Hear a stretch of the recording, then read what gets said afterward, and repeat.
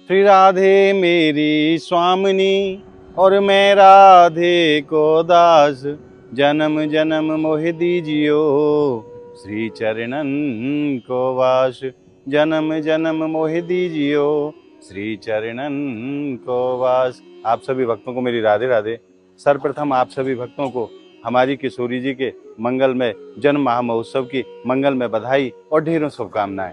आज पुनः हम इस वीडियो में आपका स्वागत करते हैं और आज आपको दिखाएंगे यातायात की इस बार मेले में क्या व्यवस्था रहेगी। राधाष्टमी उत्सव के लिए अगर आप श्रीधाम बरसाना आ रहे हैं तो ये वीडियो सिर्फ आपके लिए है। आप इस वीडियो को देख करके ये जान पाएंगे कि किस जगह वाहनों को रोका जाएगा, वहां से कैसे आगे की यात्रा की जाएगी, वो संपूर्ण जानकारी आप इस वीडियो के माध्यम से प्राप्त कर पाएंगे। तो आइए वीडियो प्रारंभ करते हैं। और उससे पहले मैं आप भक्तों से निवेदन करूं, अगर आप नित्य प्रति अपने व्हाट्सएप पर समस्त ब्रजमंडल के आनंदमयी दर्शन नित्य प्राप्त करना चाहते हैं तो नीचे आप स्क्रीन पर जो नंबर देख रहे हैं उन नंबरों से आप ज़्यादा से ज़्यादा संख्या में संपर्क करके ब्रज महिमा परिवार व्हाट्सएप ग्रुप को आप ज्वाइन करें और नित्य प्रातः 9 बजे और संध्या काल 9 बजे दोनों समय ब्रजमंडल के अनेकों मंदिरों के दर्शन का आनंद रस घर बैठे प्राप्त करते रहें। तो आइए चलते हैं और आपको दिखाते हैं। और इस समय हम जहाँ खड़े हुए हैं ये कोसी बरसाना मार्ग है और लगभग बरसाना से हम 4 किलोमीटर पहले हैं नंदगांव की तरफ। यहाँ पर बैरिकेडिंग लगा करके वाहनों की पार्किंग की व्यवस्था की गई है। आइए। और इस बार जो व्यवस्था की है प्रशासन ने वो बड़ी सुंदर व्यवस्था की गई है ताकि श्रद्धालुओं को किसी भी परेशानी का सामना ना करना पड़े। और आप देख सकते हैं प्रशासन के कर्मचारी यहाँ अपनी ड्यूटी पूरी मुस्तैदी के साथ दे रहे हैं और यहाँ से आगे किसी भी बस को आगे नहीं जाने दिया जाएगा। आइए। ये राधा रानी टाउनशिप है KRS ग्रुप वालों का और यहीं पर बसों को खड़ा करने की व्यवस्था की गई है, पार्किंग की व्यवस्था की गई है। यहाँ से आगे बसों को नहीं जाने दिया जाएगा और यहाँ से आगे की जो यात्रा आप कर पाएंगे वो टेम्पो के माध्यम से या ई रिक्शा के माध्यम से आप बरसाना तक पहुँच सकते हैं। और यहाँ से बरसाना की दूरी लगभग 4 किलोमीटर है। 4 किलोमीटर पहले ही ये बैरियर लगाया गया है ताकि बसों के कारण श्रीधाम बरसाना में जाम की स्थिति न बनने पाए। और यहाँ भक्तों के लिए भंडारा चल रहा है। हमारा प्रातःकाल का समय है और सभी नाश्ता के रूप में यहाँ प्रसाद ले रहे हैं किशोरी जी का। और अब हम बरसाना से लगभग 2 किलोमीटर की दूरी पर हैं। पहला चेक पोस्ट 4 किलोमीटर की दूरी पर और दूसरा चेक पोस्ट 2 किलोमीटर की दूरी पर गाजीपुर गांव से पहले, प्रेम सरोवर से पहले यहाँ लगाया गया है। और यहाँ से आगे किसी भी कार को भी नहीं जाने दिया जाएगा। पहले जब ये पार्किंग फुल हो जाएगी तो फिर जो पीछे वाली जो 4 किलोमीटर पे जो पार्किंग है उसमें वाहनों को खड़ा किया जाएगा। ये आप देख रहे हैं, ये पार्किंग के रूप में आप देख रहे हैं यहाँ गाड़ियाँ पार्क होंगी। परंतु इस बार थोड़ी सी परेशानी रहेगी क्योंकि 2 दिन पहले बारिश हुई है और खेतों की स्थिति जो है वो कीचड़ वाली है। यहाँ गाड़ियाँ फंस सकती हैं और जैसा कि आप देख रहे हैं एक गाड़ी फंसी हुई भी दिखाई दे रही है। बस ये देखिए आप, नीचे जमीन तक धंस गई है। तो यहाँ से आगे कारों को भी प्रवेश नहीं दिया जाएगा। अब हम चल रहे हैं बरसाना की तरफ। यहाँ से आगे केवल आप बाइकों के माध्यम से ही जा पाएंगे या ई रिक्शा के माध्यम से आप जा पाएंगे। आइए अब चलते हैं बरसाना की तरफ। और अब हम पहुँच गए हैं तीसरे चेक पोस्ट पर। यहाँ से बरसाना की दूरी लगभग 1 किलोमीटर है और यहाँ से आगे आपको यात्रा पैदल ही करनी होगी। अभी कुछ कुछ वाहनों को अंदर जाने दिया जा रहा है क्योंकि सुबह का समय है और जैसे जैसे समय बढ़ता जाएगा दोपहर तक सभी गाड़ियों को, सभी ई रिक्शाओं को यहाँ से जाना निषेध कर दिया जाएगा और यहाँ से जो आगे की यात्रा रहेगी वो पैदल आपको पूरा करनी होगी। ये आप देख रहे हैं यहाँ भी पार्किंग बनाई गई है और ये तीसरा चेक पोस्ट है कोसी बरसाना रोड पर। यहाँ से आगे की यात्रा आपको पैदल ही करनी होगी। और जगह जगह भक्तों के कैसे भाव हैं, जगह जगह श्रद्धालुओं के लिए देखिए भंडारे की व्यवस्था हो रही है, लंगर चलाए जा रहे हैं ताकि कोई भी श्रद्धालु भूखा ना रहे।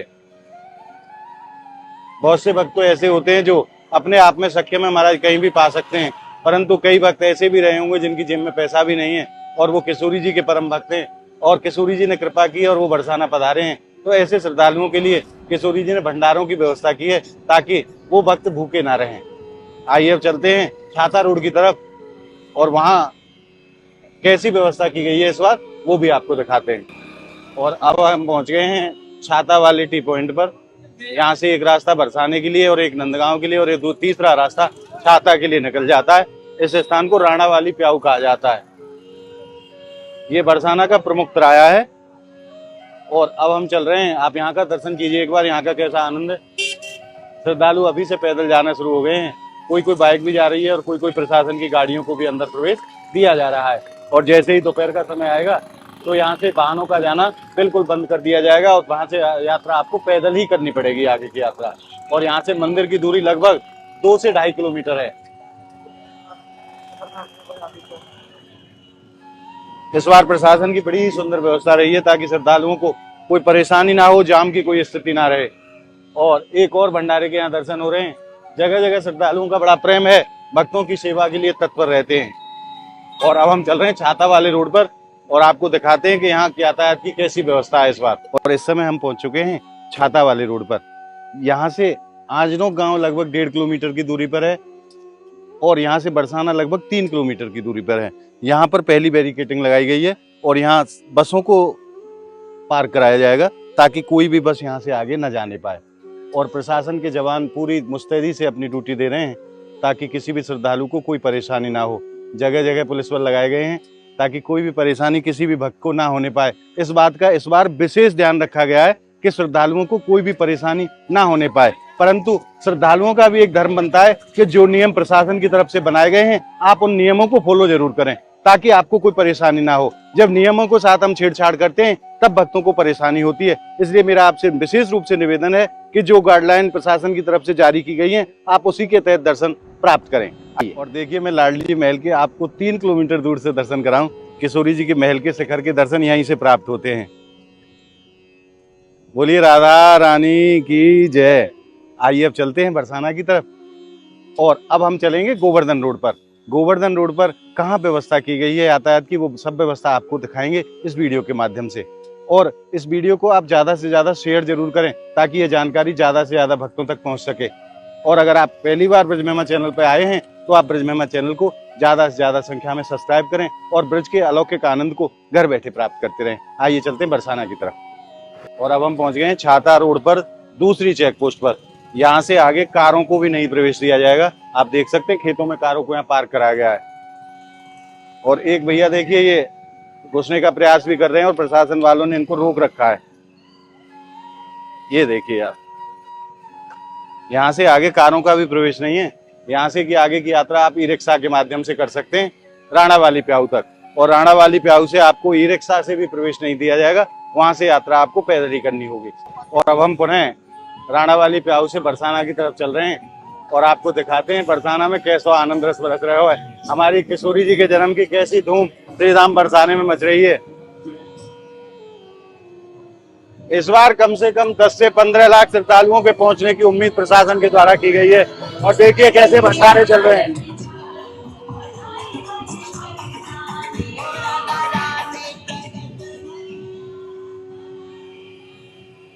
रोड के दोनों तरफ भंडारे चल रहे हैं और श्रद्धालु भरपूर आनंद ले रहे हैं भंडारों का। सुबह सुबह का समय हमारा नाश्ते का ही समय चल रहा है और कल से ही श्रद्धालु पहुंचना बरसाना प्रारंभ हो गए थे। और जैसे जैसे समय बढ़ता जाएगा श्रद्धालुओं की संख्या बढ़ती चली जाएगी। और आज रात्रि में, आज 10 तारीख का दिन है और आज 10 तारीख को पूरी रात्रि जो आनंद रस बरसेगा श्रीधाम बरसाना में, वो आनंद रस तो महाराज अलौकिक है। देवता भी इस आनंद के दर्शन के लिए धराधाम पर उतर करके आते हैं, अनेक रूप धारण करके।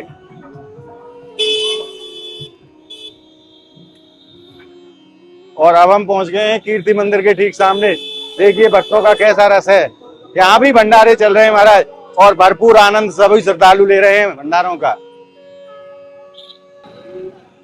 और इससे आने वाली जो अगली वीडियो है उसमें आपको दिखाएंगे कि लाडली जी महल पर कैसी तैयारियां की गई हैं राधाष्टमी जन्म महामहोत्सव के लिए। ऊपर कैसी व्यवस्थाओं के द्वारा भक्तों को दर्शन कराए जाएंगे इस बार, वो संपूर्ण जानकारी आपको अगली वीडियो में प्राप्त होगी। और अब हम पहुंच गए हैं गोवर्धन रोड पर और बरसाना से लगभग 4 किलोमीटर की दूरी पर हम खड़े हुए हैं। और यहाँ ये बोर्ड के माध्यम से पार्किंग नंबर दिए गए हैं और आप अपने वाहन की पार्किंग नंबर जरूर याद रखें ताकि आपको वापस आने में परेशानी ना हो। और आप श्रद्धालुओं से निवेदन है कि जूते चप्पल आप गाड़ी में या पार्किंग पर जो भी जूता घर है वहाँ उतार करके जाएं, क्योंकि एकल मार्ग से आपको भेजा जाएगा और दोबारा आप उस मार्ग तक नहीं पहुँच पाएंगे। इसलिए अपने जूता चप्पल आप पार्किंग पे ही छोड़ के जाएं। आइए बरसाना की तरफ चलते हैं। और यहाँ थोड़ी सी परेशानी रहेगी क्योंकि रात को बारिश हुई है, उस वजह से थोड़ा सा खेतों में कीचड़ का रहेगा। यहाँ ये पार्किंग नंबर 10 के आप दर्शन कर रहे हैं, यहीं गाड़ियों को पार्क किया जाएगा। और कई ई रिक्शा भी यहाँ खड़े हुए हैं आइए अब आगे की तरफ चलते हैं बरसाना मार्ग पर। और ये जो रास्ता है ना, ये गोवर्धन से बरसाने वाले मार्ग है और बरसाना से लगभग 4 किलोमीटर की दूरी पर हम खड़े हुए हैं। आइए बरसाना की तरफ चलते हैं। और अब हम पहुंच गए हैं बरसाना से 2 किलोमीटर पहले। यहाँ से बरसाना की दूरी जो है वो 2 किलोमीटर है और ये चेक पोस्ट यहाँ एक और मिलता है और यहीं गाड़ियों को आसपास में पार्किंग बनाई गई है, यहाँ पार्क कराया जाएगा। और यहाँ से आगे आप कार भी नहीं ले जा सकते, कारों को भी यहीं रोका जाएगा, बसों को भी यहीं रोका जाएगा। यहाँ से आगे का जो रास्ता है वो आप ई रिक्शा के माध्यम से आप जा सकते हैं। और आइए आपको उस चेक पोस्ट को भी दिखाते हैं जहां तक ई रिक्शा पहुंचेगा और वहां से आगे फिर आपको पैदल ही जाना होगा। इस बार पुलिस प्रशासन बहुत बड़ी संख्या में श्रीधाम बरसाना व्यवस्था के लिए पहुंचा है ताकि किसी भी श्रद्धालु को परेशानी ना होने पाए। और ये देखिए यहाँ गाड़ियों को पार्क कराया गया, एक और चेक पोस्ट है यहाँ पर। और यहाँ से आगे आप कार भी नहीं ले जा पाएंगे। यहाँ से आगे का जो रास्ता तय करना होगा वो ई रिक्शा के माध्यम से आप जा पाएंगे। रोड के दोनों तरफ पार्किंग बनाई गई है और कई पार्किंग बनाई गई हैं ताकि किसी भी श्रद्धालु को कोई परेशानी ना हो, क्योंकि इस बार बहुत बड़ी संख्या में श्रद्धालु बरसाना पहुंचेंगे। यूपी रोडवेज की बसों को भी यहीं पार्क कराया जाएगा, इससे आगे उनको भी जाने की अनुमति प्रशासन ने इस बार नहीं दी है।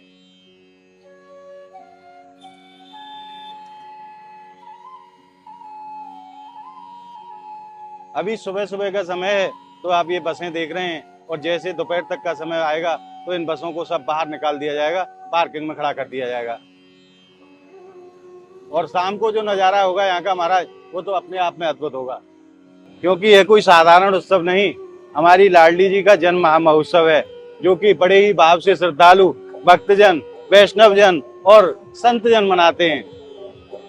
और अब हम श्रीधाम बरसाना से बिल्कुल निकट हैं और ये अंतिम चेक पोस्ट है गोवर्धन रोड पर। यहाँ से आगे ई रिक्शा को भी जाने की अनुमति नहीं दी गई है, केवल यहाँ से आप पैदल ही यात्रा कर पाएंगे आगे की।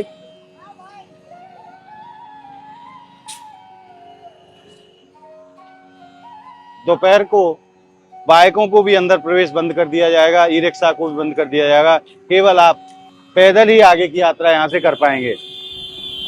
और यहाँ से लगभग मंदिर की दूरी आप समझिए लगभग 2 किलोमीटर के आसपास मंदिर की दूरी है।